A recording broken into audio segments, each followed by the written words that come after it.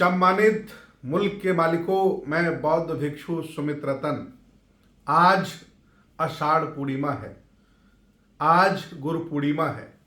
आज के ही दिन हमारे महामानव महाभैषज्य गुरु तथागत बुद्ध ने सारनाथ की पावन धरती पर 5 परिवारजकों को, 5 बग्घीय भिक्षुओं को अपना शिष्य स्वीकार किया था और उन्हें ज्ञान देकर, धम्म का ज्ञान देकर धम्म चक्र प्रवर्तन सूत्र दिया था।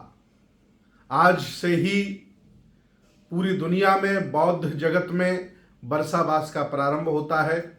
सभी बौद्ध भिक्षु बुद्ध विहारों में अधिष्ठान लेते हैं और चातुर्मास बीत जाने के बाद संग दान करके उस संकल्प से अपने आप को संपूर्ण करते हैं। आज के इस विशेष अवसर पर भारत और भारत के बाहर रह रहे सभी बौद्धों को, विज्ञानवादी, तर्कवादी और तथागत बुद्ध की विचारधारा को मानने वाले सभी लोगों को मैं बहुत बहुत बधाई देता हूँ, बहुत बहुत मंगल कामनाएं देता हूँ और निवेदन करता हूँ कि आज के दिन वो सभी बुद्ध विहारों पर जाएं, बुद्ध वंदना, धम्म वंदना, संघ वंदना करें, बौद्ध भिक्षुओं को नमन करें, क्योंकि बौद्ध भिक्षु हमारे मार्गदर्शक होते हैं। भगवान बुद्ध के धम्म में गुरु और शिष्य की परंपरा नहीं है। यहाँ बौद्ध भिक्षु उपासकों के कान नहीं फूंकते हैं, बल्कि तथागत बुद्ध के द्वारा बताए हुए मार्ग को बताते हैं, मार्गदर्शक होते हैं। भिक्षु अच्छा कार्य करते हैं, वो शीलवान होते हैं, वो ज्ञानवान होते हैं, वो त्यागी होते हैं, इसलिए उपासकों द्वारा वो पूज्य होते हैं। आज के दिन सभी बौद्ध बुद्ध विहारों पर जाएंगे। अगर बुद्ध विहार नहीं है तो अपने घरों में तथागत बुद्ध और सभी संतों, गुरुओं, महापुरुषों को नमन करेंगे। और मेरा निवेदन है कि आज के दिन सभी लोग अपने अपने घरों में खीर बनाएं और स्वयं खीर का आनंद लें और आसपास सब जगह खीर को वितरण करें, जिससे कि लोग जानें कि आप परंपरागत बौद्ध हैं, आप बुद्ध के अनुयायी हैं, आपने बुद्ध धर्म को स्वीकार किया है, जाना है, माना है। हम बौद्ध दिखें, बौद्ध लिखें और बौद्ध बने। हम संस्कारों से, विचारों से परिवर्तन करें।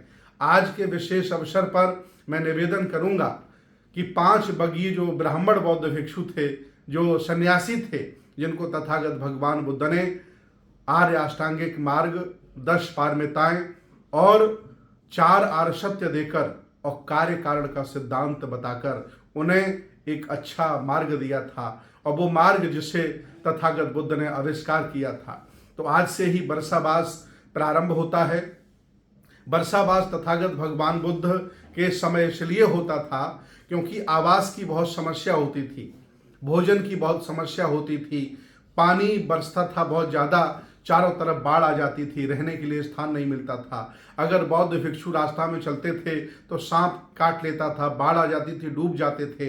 इसलिए परंपरा बनाई गई कि चातुर्मास एक स्थान पर किया जाएगा, ऐसे स्थान पर जहाँ बाढ़ ना आए, पानी का प्रभाव न हो और भिक्षुओं के रहने खाने का सही प्रबंध हो जाए। वही परंपरा आज दिन तक चली आ रही है। सभी बौद्ध भिक्षु बरसावास के दौरान अध्ययन करते हैं, शील आचरण करते हैं, और जो ज्ञानवान बौद्ध भिक्षु हैं, श्रेष्ठ बौद्ध भिक्षु हैं, सीनियर बौद्ध भिक्षु हैं, उनसे सीखते हैं। इसके बाद समीक्षा होती है कि हमने पूरे बरसाबास में क्या पाया, क्या जाना और क्या हमने समझा है।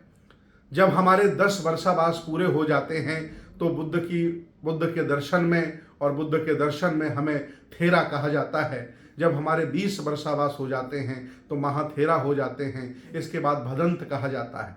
इसलिए मैं सभी लोगों से निवेदन करूंगा कि आज आषाढ़ पूर्णिमा है, धम्म चक्र प्रवर्तन दिवस है। ये बहुत महत्वपूर्ण दिवस है। कह सकते हैं कि बुद्ध पूर्णिमा के बाद बौद्ध जगत में ये दूसरा सबसे बड़ा, बहुत बड़ा उत्सव है। हम सब लोग धम्म आचरण करते रहें। पानी चाहे जितना अच्छा हो, पानी की चाहे जितनी तारीफ की जाए, वो हमारा प्यास नहीं बुझा सकता जब तक हम पानी को पिएंगे नहीं, अपने कंठ में नहीं डालेंगे। वैसे ही चाहे जितनी किताबें आप पढ़ लें, चाहे जितने सूत्र पाठ कर लें और चाहे जितना अध्ययन कर लें, वो किसी काम का नहीं होगा जब तक हम आचरण में नहीं लाते हैं, उस पर अमल नहीं करते हैं। क्योंकि भगवान बुद्ध का धम्म आचरण का और अमल का है। बहुत बहुत मंगल कामनाएं, बहुत बहुत साधुवाद। मुझे उम्मीद है कि जैसा हमने कहा वैसा आप अनुपालन करेंगे और अपने जीवन को सुखी बनाएंगे। बहुत बहुत धन्यवाद, बहुत बहुत साधुवाद, मंगल कामनाएं।